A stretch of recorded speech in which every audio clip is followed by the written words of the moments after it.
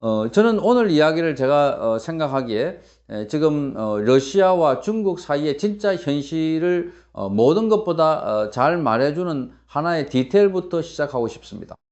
그것은 블라디미르 푸틴이 베이징 인민대당에 들어서는 순간입니다. 겉으로 보면 모든 것이 매우 웅장했습니다.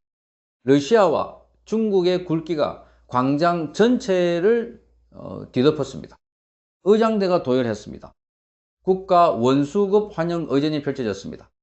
그리고 양국 언론은 전면적 전략 동반자 관계를 칭송하는 말들로 가득 찼습니다. 하지만 저는 그 화려함이 오히려 러시아가 중국을 얼마나 필요로 하는지를 더 명확하게 드러낸다고 생각합니다. 화려할수록, 의전이 성대할수록 그것은 역설적으로 그 화려함이 필요했던 쪽이 어디인지를 보여줍니다.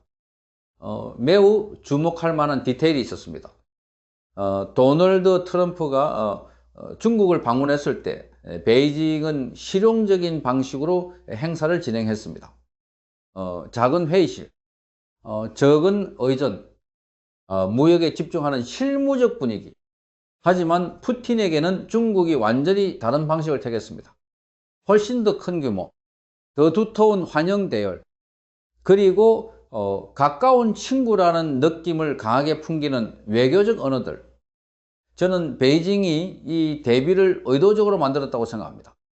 그들이 세계를 향해 보내려는 메시지가 있었습니다. 러시아는 여전히 중국 곁에 서 있습니다. 하지만 그 장면에서 제가 더 주목한 것은 러시아 측의 반응이었습니다. 크렘린 대변인이 매우 직접적인 말을 했습니다. 중요한 것은 의전이 아니라 실질적인 결과입니다. 저는 이 한 문장이 매우 많은 것을 담고 있다고 생각합니다. 화려한 환영 행사를 앞에 두고 그 대변인이 의전이 중요한 게 아니다라고 말했다는 것. 자, 그것은 모스크바가 지금 무엇을 원하는지를 매우 솔직하게 드러내는 말입니다. 러시아가 지금 진짜로 필요로 하는 것은 명예가 아닙니다. 계약입니다. 에너지를 팔 시장입니다. 전쟁을 지속할 자금입니다. 그리고 서방의 제재를 버텨낼 경제적 생명줄입니다. 생각해 보십시오. 이번 방문에서 러시아가 얼마나 많은 것을 준비해 왔는지를 가스프롬 수뇌부가 왔습니다. 로스네프트 대표가 왔습니다. 중앙은행 관계자가 왔습니다. 에너지부 장관이 왔습니다. 투자 담당 장관이 왔습니다. 물류 책임자까지 왔습니다. 이것은 단순한 정상 외교 수행단이 아닙니다. 이것은 러시아 경제의 미래를 결정할 협상을 위한 총력전 대표단입니다. 절박하게 원하는 쪽은 협상에서 분리합니다.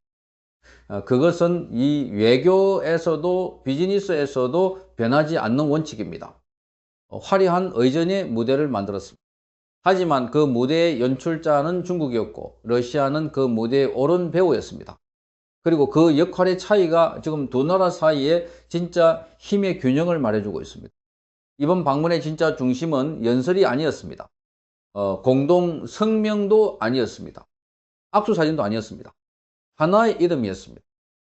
시베리아의 힘이, 이 프로젝트는 러시아에서 몽골을 거쳐 중국으로 연결되는 거대한 천연가스 파이프라인 프로젝트입니다. 연간 약 500억 세제곱미터의 가스를 공급할 수 있는 규모입니다. 전쟁 이전 러시아는 천연가스의 대부분을 유럽에 팔았습니다. 노르드 스트림이 있었습니다. 우크라이나를 통과하는 파이프라인이 있었습니다. 유럽은 러시아 에너지에 깊이 의존하고 있었고 그것이 러시아의 가장 강력한 경제적 무기였습니다.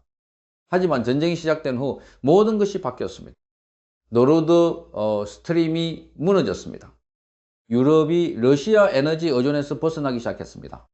그 결과 러시아는 가장 큰 에너지 시장을 잃었습니다. 시베리아의 힘이가 완성되면 가스프롬의 손실이 줄어들기 시작합니다. 전쟁 자금을 조달할 새로운 수입원이 생깁니다. 서방의 제재에도 불구하고 경제를 유지할 수 있는 공간이 생깁니다. 반대로 이 프로젝트가 실현되지 않는다면 러시아의 에너지 수출은 계속 막혀 있습니다. 가스프롬의 손실은 쌓여갑니다. 그리고 전쟁을 지속하는 능력 자체가 위협받습니다. 이것은 러시아의 생사가 걸린 협상입니다. 하지만 그 역설이 실제로 일어났습니다. 자, 모든 회담이 끝난 후 최종 계약은 서명되지 않았습니다. 협상의 핵심은 가격이었습니다. 러시아는 천연가스 1000세제곱미터당 약 350달러를 원했습니다. 하지만 베이징이 원하는 가격은 전혀 달랐습니다. 중국이 요구하는 수준은 약 60달러. 러시아의 국내 소비자 가격에 가까운 수준입니다. 자, 러시아가 원하는 가격의 약 6분의 1. 그것은 거의 이윤이 없는 거래를 하라는 것과 다름없습니다. 하지만 러시아에게 그 낮은 가격을 거부할 능력이 있습니까? 유럽은 문을 닫았습니다. 다른 대형 구매자를 찾기 어렵습니다. 그리고 파이프라인 없이는 그 가스를 어디에도 보낼 수 없습니다. 예전에는 러시아가 에너지 강자였습니다.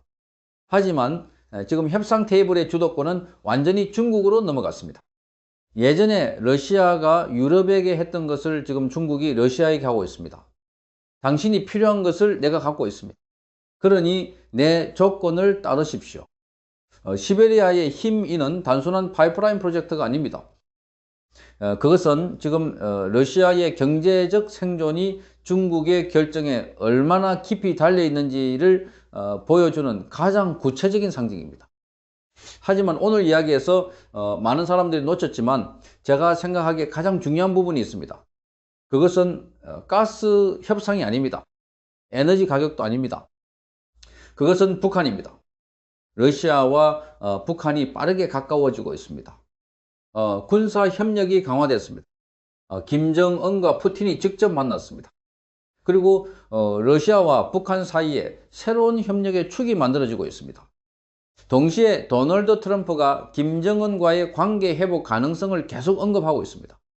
저는 이 두 가지 흐름이 동시에 진행된다는 것이 베이징에게 매우 불편한 신호를 보내고 있다고 생각합니다. 중국은 오랫동안 북한에 대한 전략적 영향력을 유지해 왔습니다. 북한의 경제적 생명선은 대부분 중국을 통해 흐릅니다. 그런데 지금 두 가지 일이 동시에 일어나고 있습니다. 첫째, 러시아가 북한과 빠르게 밀착하고 있습니다. 자, 이것은 중국이 독점해왔던 북한과의 특수관계, 러시아라는 새로운 변수가 들어왔다는 것을 의미합니다. 둘째, 트럼프가 다시 한번 김정은과의 직접 대화를 시도할 가능성이 높아지고 있습니다. 미국과 북한이 중국을 거치지 않고 직접 대화 채널을 만든다면 동북아시아 외교에서 중국의 역할이 축소될 수 있습니다. 러시아, 북한, 그리고 미국이 중국을 빼고 독자적인 연락 채널을 만들기 시작한다면 중국은 동북아시아 체스판에서 배제될 위험에 처합니다. 그래서 베이징이 움직이기 시작했습니다. 왕이가 평양을 방문했습니다. 북한 관료들이 베이징을 찾았습니다. 그리고 시진핑의 평양 방문 가능성이 언급되기 시작했습니다. 중국의 목표는 명확합니다. 러시아와 북한을 베이징의 전략적 관리 영역 안에 묶어두는 것입니다. 트럼프가 김정은과 직접 대화하려 한다면 그 과정에서 중국이 없어서는 안 될 중재자의 역할을 차지하는 것입니다.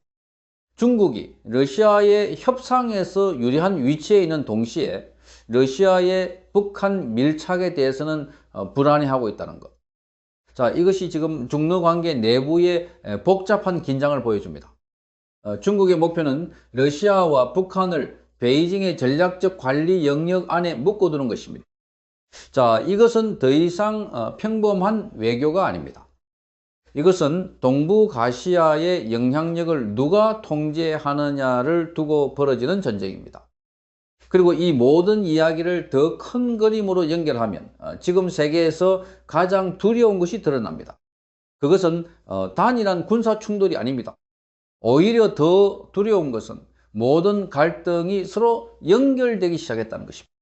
우크라이나, 대만, 북한, 에너지, AI, 반도체, 이것들이 각각의 별개 사건처럼 보이지만 실제로는 하나의 거대한 권력 경쟁의 이 서로 다른 전선들입니다. 지금 세계의 이 모든 충돌이 하나로 연결되고 있습니다. 그리고 그것이 지금 세계를 가장 위험하게 만드는 것입니다. 각각의 나라가 어떤 무기를 들고 이 싸움에 참여하고 있는지를 생각해 보십시오. 미국은 기술 달러 동맹 네트워크를 사용합니다.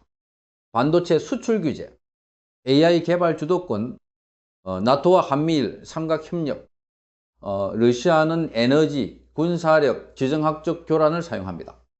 석유와 천연가스, 핵 억지력, 그리고 서방의 관심과 자원을 우크라이나에 묶어두는 것.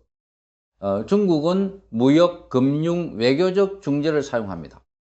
세계 최대 제조업 기반, 위안화, 국제화, 그리고 글로벌 사우스 국가들에 대한 영향력, 이 경쟁에서 총성이 울리는 전쟁터는 일부분에 불과합니다.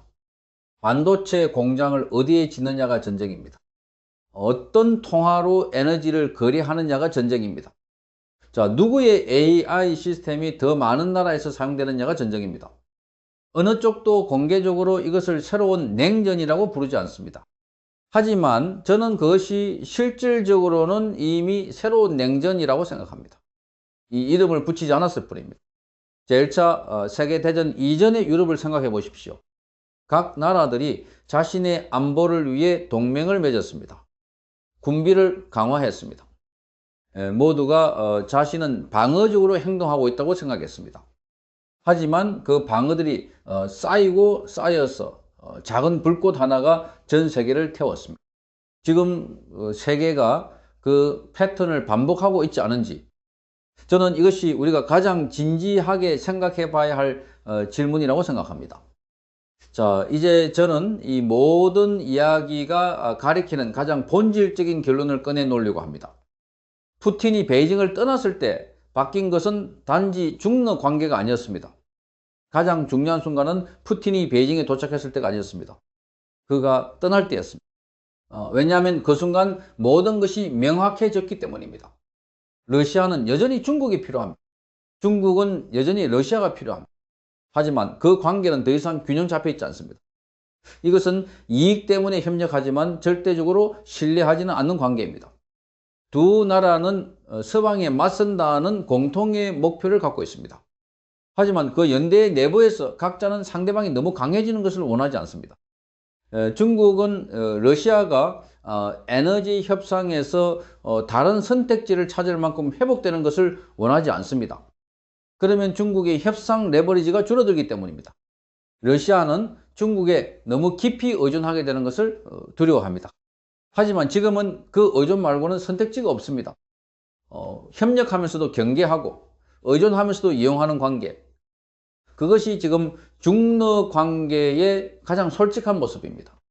그리고 이 관계 너머에 있는 더 큰 변화가 있습니다. 세계가 지금 두 개의 블록으로 나뉘고 있습니다. 한쪽에는 미국, 나토, 서방 기술 시스템, 달러 중심의 국제 금융 질서가 있습니다. 다른 쪽에는 러시아와 중국, 브릭스, 유라시아 에너지 네트워크, 그리고 달러 의존도를 줄이려는 대안 시스템들이 있습니다. 지금 세계가 가장 걱정해야 하는 것은 어느 한 나라의 강함이 아닙니다.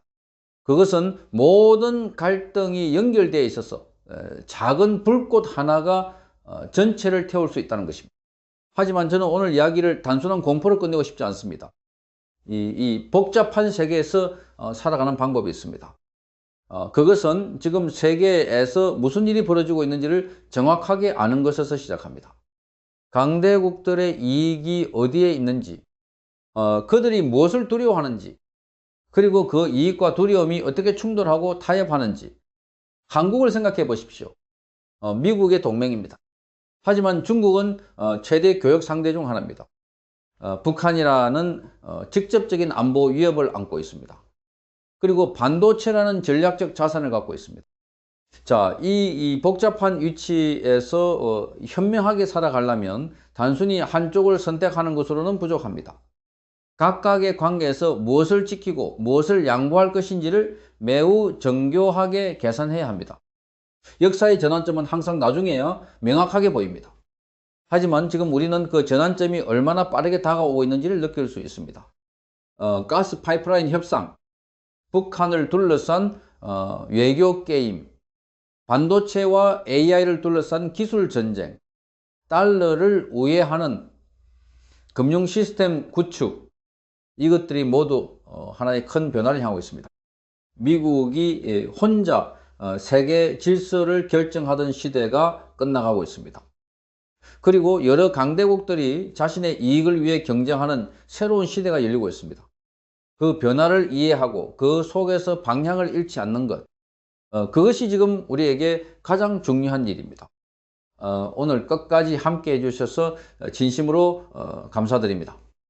다음에 또 뵙겠습니다.